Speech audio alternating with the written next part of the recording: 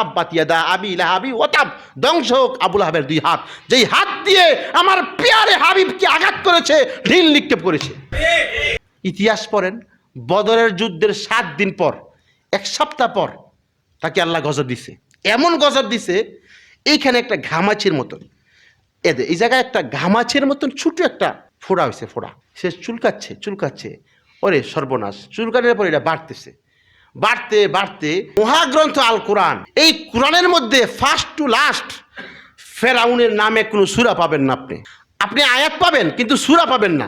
Quran মাজিদে first to last আপনি 114 সূরার মধ্যে ফেরাউনের নামে কোনো সূরা পাবেন না, নমরুদের নামে কোনো সূরা পাবেন না, হামান কারুনের নামে কোনো সূরা পাবেন না, আবু জাহেল উতবা সাইবা এদের নামে কোনো সূরা পাবেন না। তারাও কিন্তু বড় কাফের ছিল, কিন্তু কোরআনের মধ্যে আবু লাহাবের নামে সূরা পাবেন। সূরা লাহাব আছে, আবু লাহাবের বিরুদ্ধে আল্লাহ সূরা লাহাব নাজিল করেছেন। চিন্তা করেন লোকটা কি পরিমাণ পাপিষ্ঠ হইতে পারে। আমি যতবার সূরা লাহাব তেলাওয়াত করি, আবু লাহাবের জন্য আমার অন্তরের অন্তঃস্থল থেকে ঘৃণা জন্মায়, যে লোকটা এত নিকৃষ্ট হইতে পারে কেমনে। আল্লাহ পাক যখন বললেন যে হাবিব আমার, আপনি সবার মাঝে কালিমার দাওয়াত পৌঁছে দেন, নবীজি পাহাড়ে উঠলেন, একটা উদাহরণ দিলেন, উদাহরণ দিয়া বলতেছেন, ইয়া আইয়ুহান নাস কুলু লা ইলাহা ইল্লাল্লাহ তুফলিহু, তোমরা কালিমা পড়ো সফল কাম হবে। যখন আমার হাবিব মুহাম্মদ আরবি সাল্লাল্লাহু আলাইহি সাল্লাম এই দাওয়াত দিয়েছেন, আবু লাহাব কি করলো? হাতে পাথর নিয়ে আমার প্যারে হাবিবকে আড়াল দিয়েছে। আল্লাহ তাআলা খুব কষ্ট পাইছে। আমার হাবিব আমার কালিমার দাওয়াত দিয়েছে, আবু লাহাবের এত বড় সাহস, সে পাথর নিয়ে আমার নবীকে আড়াল দিয়েছে। একটা সাধারণ ইট দিয়ে আড়াল দিলে মাথার মধ্যে লাগলে মাথা ফেটে যাওয়ার সম্ভাবনা আছে না? তো পাথর দিয়ে আড়াল দিয়েছে আমার নবীকে। আল্লাহ সহ্য করেন নাই, আল্লাহ তাৎক্ষণিক নাজিল করলেন, তাব্বাত ইয়াদা আবি লাহাবি ওয়া তাব মা আগনা আনহু মালুহু ওয়া মা কাসাব।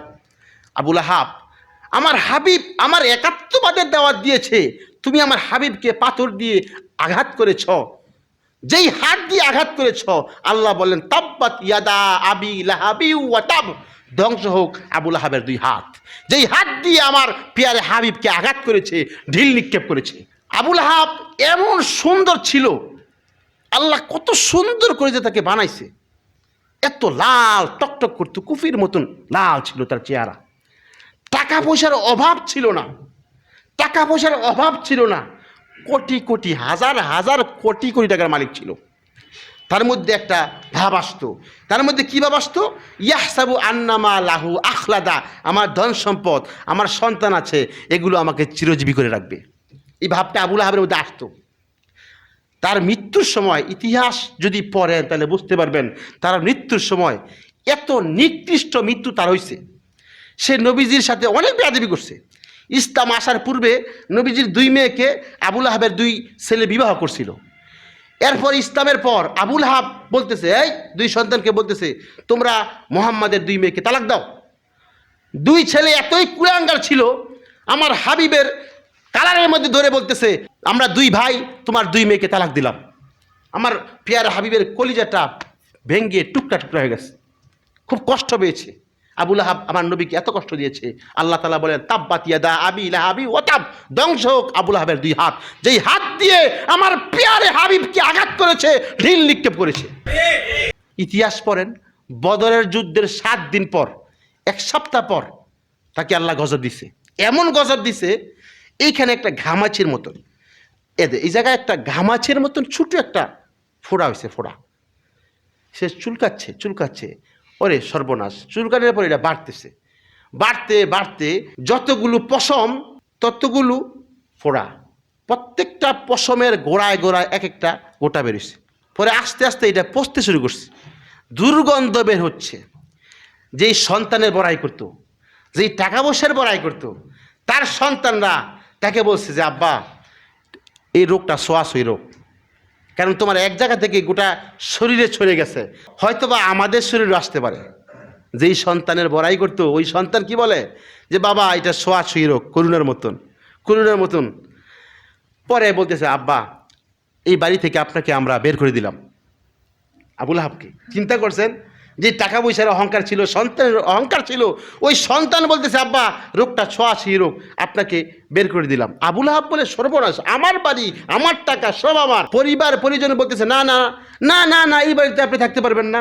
পরে আবুল আহাবকে বাড়ি থেকে, তার সন্তানরা তাকে বাড়ি থেকে বের করে দিচ্ছে। জঙ্গলে পড়ে আছে 1 দিন 2 দিন 3 দিন, 3 দিন পরে সে মারা গেছে।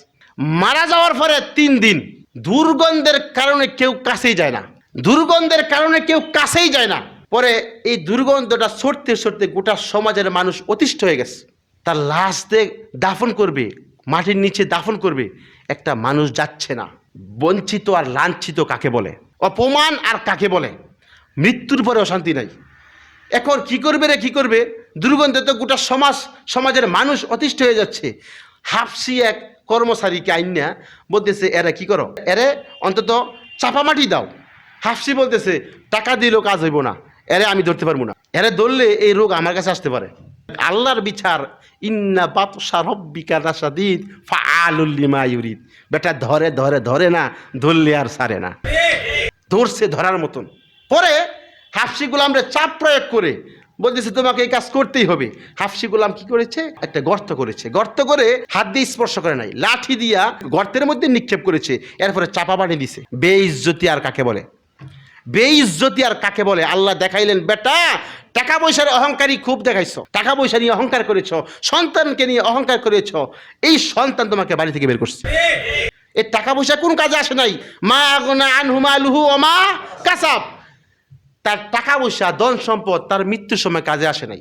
কারণ কি, কারণ সে আমার প্যারে হাবিব মুহাম্মদ আরবি সাল্লাল্লাহু আলাইহি সাল্লামের সাথে বেয়াদবি করছে।